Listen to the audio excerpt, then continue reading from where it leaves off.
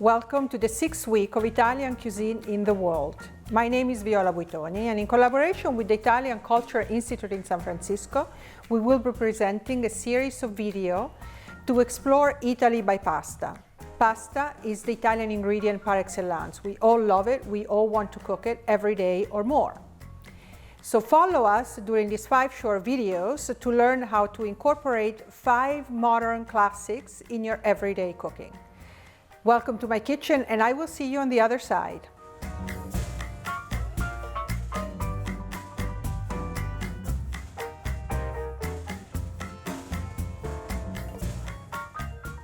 For today's recipe, I have chosen linguine, and I will be putting some artichoke as well as tuna packed in olive oil. So follow me as we make linguine contorno ai carciofi al profumo di limone.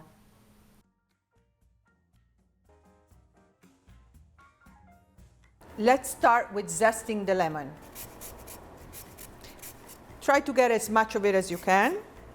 Then you want to cut the lemon in half and you want to squeeze it into a small bowl of water. You have made your acidulated water, which you're going to be using to keep your artichokes from oxidizing.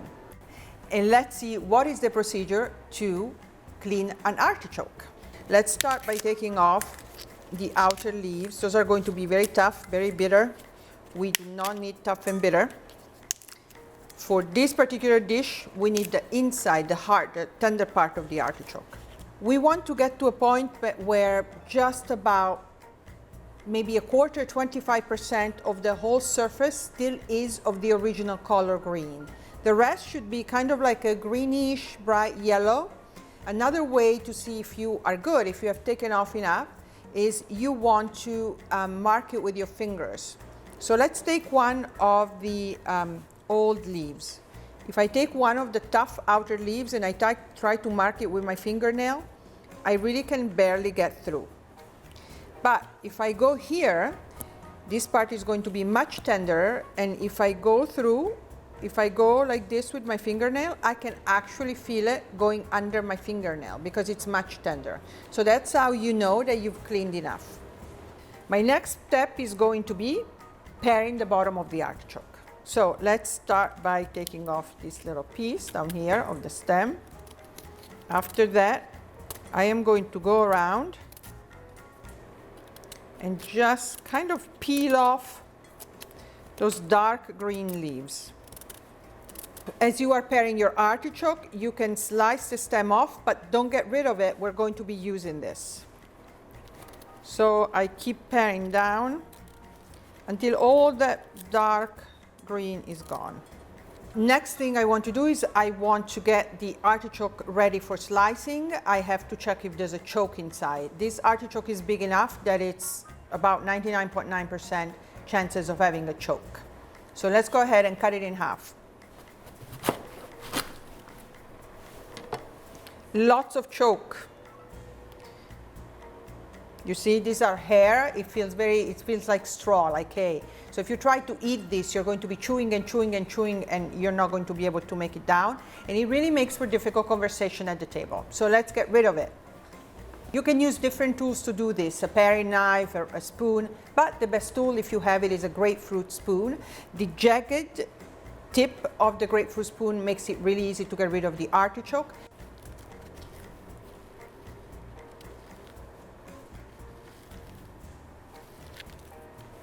We have taken off the choke. Now we want to make sure that we don't have any thorns left, because those aren't fun to eat either. So I usually like to close my eyes and run my finger through it. And I can tell already there are.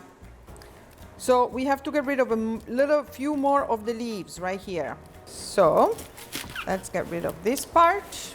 Okay, we're ready now. We can slice. We want pretty thin slices.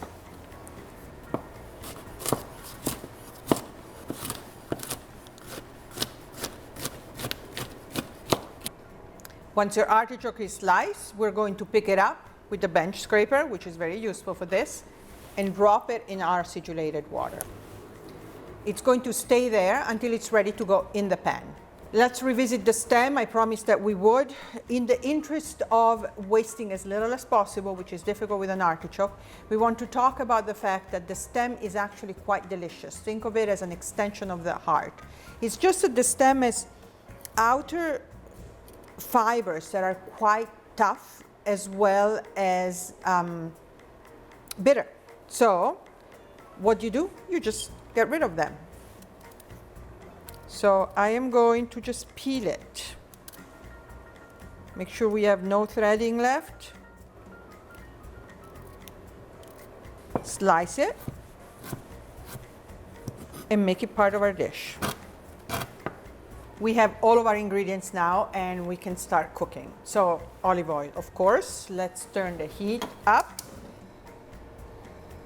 About medium. And 2 and maybe 3. This is a particularly big pan, so I would, in a smaller pan, 2 might be enough. I'm waiting for the fragrance of the olive oil to reach me. In the meantime, my next ingredients that are going to be ready are the shallots, the zest, and the parsley. I can smell it, which means I'm going to put in a couple of tablespoons of minced shallot, and then about half the zest. We're going to cook half to really extract the maximum flavor from it, but the other half is going to go in fresh to finish the sauce. And also a bit of the parsley. Also about half of it. It's a little high, so I'm going to medium-low.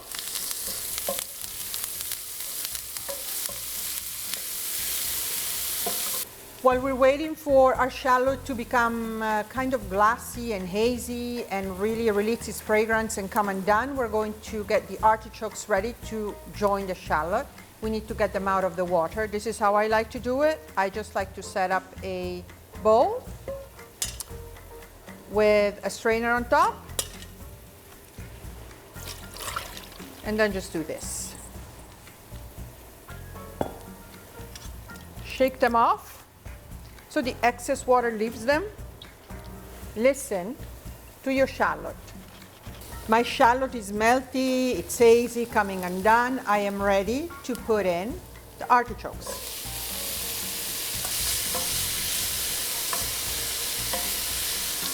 You can hear the sizzle of the artichokes. They should have this sizzle. Also, we want to season them, right? So salt, I would say about a teaspoon at its point.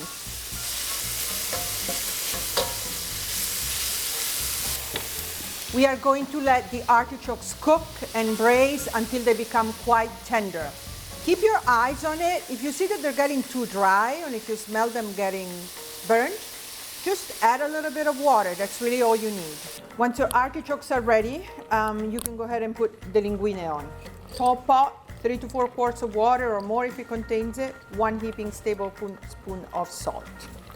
Let's put the linguine in, push them down, cover them. Once they come back to the boil, we can remove the lid. In the meantime, we can take the crumbled tuna, which you can crumble with a fork or with your finger, and we can add it to the artichokes. Turn the heat on to medium under the pan. Just give them maybe a couple of minutes, stir them together so that the flavors all nicely melt. Taste for seasoning. Quite delicious.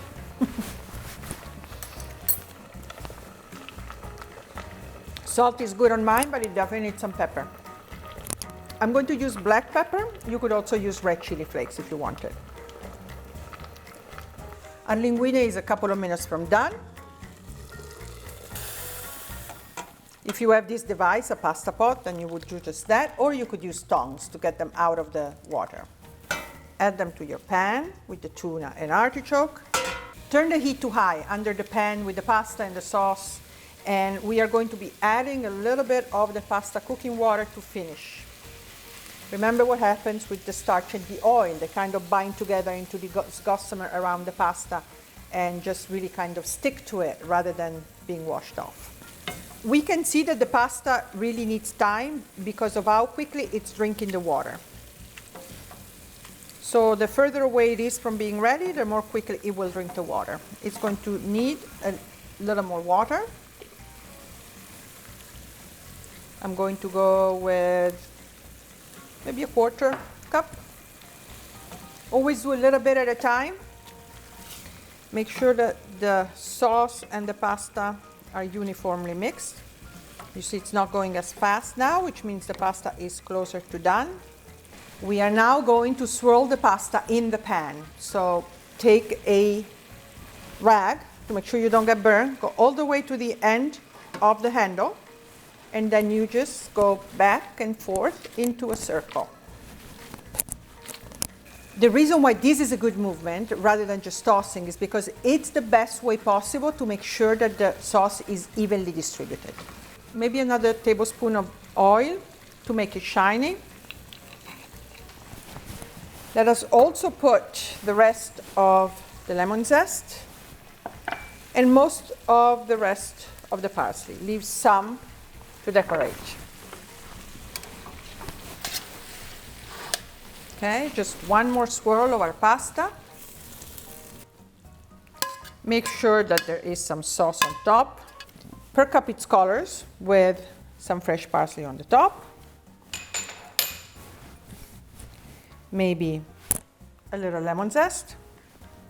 And a couple of lemon slices.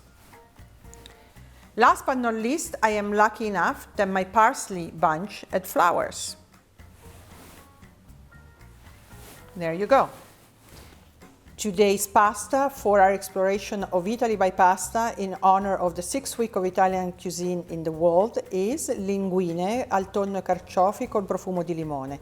Lemon-scented linguine with tuna and artichoke. I'd like to thank the Italian Culture Institute in San Francisco and its wonderful director Anna Maria Di Giorgio for lending her support to my project Italy by Ingredient. I am proud to announce that Italy by Ingredient is going to be a book which will be released in early 2023. To follow the work of the Italian Cultural Institute, go to Instagram at IIC San Francisco. You can also find me on Instagram at Viola Buitoni or on my website, violabuitoni.com, to know what is going on with the book and participate in any initiative around it. It's a real honor to be a representative of Italian cuisine for San Francisco in honor of the 6th week of Italian cuisine in the world. Thank you for following our work.